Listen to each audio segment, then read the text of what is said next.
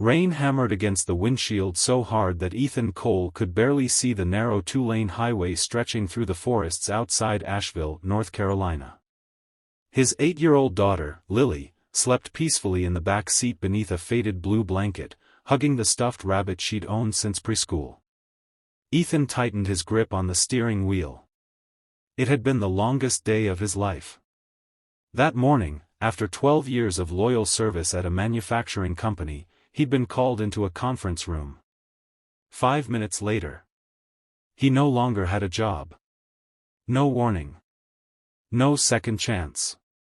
Just a folder, a handshake, and the words. "I'm sorry, Ethan. The company is restructuring." The decision had come directly from the new CEO. A woman he'd never even met. By sunset, Ethan had spent hours pretending everything was okay for Lily. He smiled while helping her with homework. He joked over frozen pizza. He tucked away his own fear because children notice everything, even the things parents try hardest to hide. Now, close to midnight, they were driving home after picking up Lily from her grandparents' house. The road was nearly empty. Then he noticed something. Hazard lights blinking. A dark blue sedan sat crooked on the shoulder. Its front tire looked completely flat. A woman stood beside it in the pouring rain, holding a dead flashlight. She looked frustrated, and honestly, a little frightened. Ethan instinctively slowed. Then his mind argued back. "You just lost your job. You need to get home. Someone else will stop." He drove another 100 feet. Then glanced into the rearview mirror. The woman was still standing there. Alone. He sighed. Kindness wasn't always convenient. Sometimes it interrupted your own pain. He pulled a U-turn. "You stay inside, sweetheart," Ethan whispered to Lily. She sleepily nodded. He grabbed an old rain jacket from the passenger seat and hurried toward the stranded car. "You okay?" he called over the rain. The woman looked relieved. "I've been trying to call roadside assistance for almost an hour. No signal." Ethan crouched beside the tire. "Looks like a blowout." She laughed nervously. "I know absolutely nothing about changing tires." "Good news," Ethan smiled. "I do." She offered to help. He shook his head. "Just hold the flashlight." Except the flashlight wouldn't turn on. She laughed again. "I guess I'm not helping much." Ethan chuckled. "You'd be surprised. Company helps more than people think." For the next 20 minutes they worked under heavy rain. The spare tire was buried beneath luggage. The jack was stuck. The lug nuts refused to budge. Eventually Ethan found a rusted tire iron in his truck toolbox. With one final push, the tire came free. "There." The woman exhaled. "I don't even know how to thank you." Ethan wiped rainwater from his face. "No thanks needed." She reached into her purse. "Please. At least let me pay you." He stepped back. "No. Really? My dad always said kindness stops meaning something the second it gets a price tag." She stared at him. People didn't usually refuse money anymore. Especially not at midnight. Especially not during a storm. She extended her hand instead.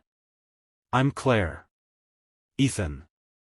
Before either of them could say another word, Lily's sleepy voice floated from the truck. "Daddy?" Ethan hurried over. "You okay?" She rubbed her eyes. "I thought you left." He smiled. "Never." Claire watched quietly. There was something about the way Ethan knelt beside his daughter. Completely present. Completely patient. As though nothing else in the world mattered. She smiled softly. "You've got a wonderful dad," she told Lily. Lily grinned proudly. "I know. An hour later Ethan finally arrived home. The house felt unusually quiet. Bills sat neatly stacked on the kitchen table. Mortgage payment. Electric bill. Car insurance. He opened his laptop. Updated his resume. Applied for 6 jobs. Then finally collapsed into bed. Sleep never came. The next morning Ethan walked into the unemployment office. The waiting room overflowed with anxious faces. Some stared silently at the floor. Others refreshed job websites every few seconds. Everyone carried invisible worries. As Ethan filled out paperwork, someone called his name. "Mr. Cole?" He looked up. A receptionist smiled. "Someone would like to see you." Confused, Ethan followed her into a private office. The door opened. His heart stopped. Standing beside the window was Claire. The woman from the highway. Only now she wore a navy business suit. Behind her hung the company logo Ethan knew all too well. She turned around. Recognition hit both of them simultaneously. "You?" Ethan whispered. Claire looked equally stunned. "It was you." Silence filled the room. Then she quietly said, "I didn't know." Ethan frowned. "You fired me yesterday." Her expression fell. "I signed hundreds of restructuring approvals." She sat slowly. "I never saw faces. Only spreadsheets. Departments. Numbers. Cost reductions. Profits. Margins." She looked at Ethan. Yesterday he had been employee number 48217. Last night, he'd been the father who refused payment for helping a stranger. Those two people had suddenly become one. Claire spoke carefully. "I owe you an apology." Ethan crossed his arms. "I appreciate that. But it doesn't change anything." "No." She nodded honestly. "It doesn't." Neither spoke for several seconds. Finally Ethan said, "I didn't stop because you were important. I stopped because you needed help." Claire looked down. "I know. And that's exactly why this conversation matters." Over the following week Claire couldn't stop thinking about that rainy highway. Not because Ethan had changed her tire. Because he'd changed something inside her. She began visiting departments she'd never entered before. She spoke with assembly workers, janitors, receptionists, warehouse teams. Instead of asking managers for reports, she asked employees questions. What makes your job harder? What makes it meaningful? What could leadership do better? The answers surprised her. Many people didn't want bigger salaries first. They wanted to be heard, recognized, included.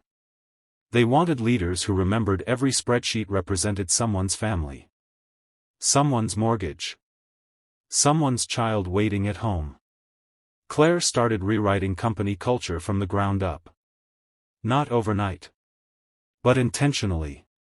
Meanwhile Ethan found temporary work repairing equipment for a small family-owned business. The pay was lower. The hours longer. But the owner knew everyone's birthday. Asked about their families. Worked beside them instead of above them. For the first time in years, work felt human. Then one Friday afternoon Ethan received an unexpected phone call. "Mr. Cole? This is Claire." He almost didn't answer. "I'd like to meet." He hesitated. "Why?" "Not to offer your old job back. I'm calling because I think we can build something better." Curiosity won. They met at a neighborhood coffee shop. No executives. No conference room. No lawyers. Just two people. Claire spoke first. "I've spent 2 weeks examining every decision we made. I found places where we cut people because it was easier than fixing broken systems. She slid a notebook across the table. Inside were pages filled with ideas. Employee mentorship. Leadership training. Emergency family leave. Financial education workshops. Recognition programs. Mental health support. Anonymous employee feedback. I need someone who understands both the factory floor and people. Ethan looked up. You want me back? I want someone who'll disagree with me. Someone who'll remind me there are names behind every number. He laughed quietly. That's not exactly a traditional job description. I know. She smiled. But maybe traditional is what got us here. Ethan didn't answer immediately. Instead he asked the question Claire least expected. If I say no, will you still make these changes? Claire answered without hesitation.